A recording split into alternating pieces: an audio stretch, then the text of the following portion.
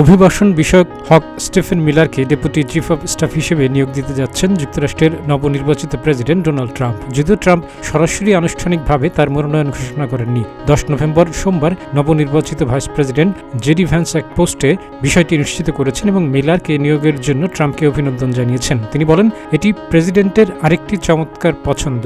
Miller ট্রাম্পের প্রথম মেয়াদের সময় পলিসি উপদেষ্টা এবং ভাষণ লেখক হিসেবে কাজ করেছিলেন। তার প্রচারের সময়ও এই ভূমিকা পালন করেছেন। প্রায় ট্রাম্পের র্যালিতেও তার সঙ্গে সফর করেছেন।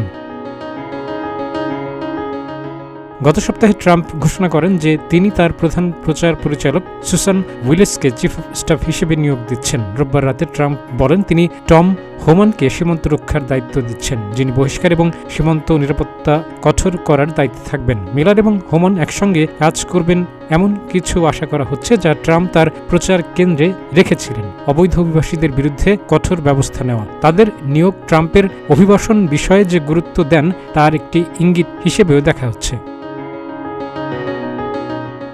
মিলার মিডিয়া সাক্ষাৎকারে বলেছেন, অবৈধ অভিবাসীদের আটক করে রাখা উচিত যতক্ষণ না তারা দেশে ফেরত চলে যায়। গত বছর নিউ ইয়র্ক টাইমসের এক সাক্ষাৎকারে ট্রাম্প বলেছেন, ফেডারেল ক্ষমতার বিশাল সম্পদ ব্যবহার করে অভিবাসন বিষয়ে সবচেয়ে বড় অভিযান শুরু করা হবে। মিলারের একটি বিতর্কিত প্রস্তাব হল জন্মসূত্রে নাগরিকত্বের অধিকার শেষ করা, অর্থাৎ মার্কিন যুক্তরাষ্ট্রে জন্মগ্রহণকারী সব শিশু তাদের পিতামাতার অবস্থান যাই হোক না কেন নাগরিকত্ব পাওয়ার যে অধিকার রাখেন তা বাতিল করা হবে। এই প্রস্তাব ট্রাম্পও সমর্থন করেছেন। মিলারের এই নিয়োগের জন্য সিনেটের অনুমোদনের প্রয়োজন নেই। মিলার তার কর্মজীবন শুরু করেছিলেন conservative republican congresswoman Michele ব্যাচম্যানের সহকর্মী হিসেবে এবং পরবর্তীতে অ্যাটর্নি জেনারেল জেফ সেশনের সঙ্গে কাজ করেছেন। তারপর তিনি ট্রাম্পের 2016 সালের নির্বাচনী প্রচারে যোগ দেন।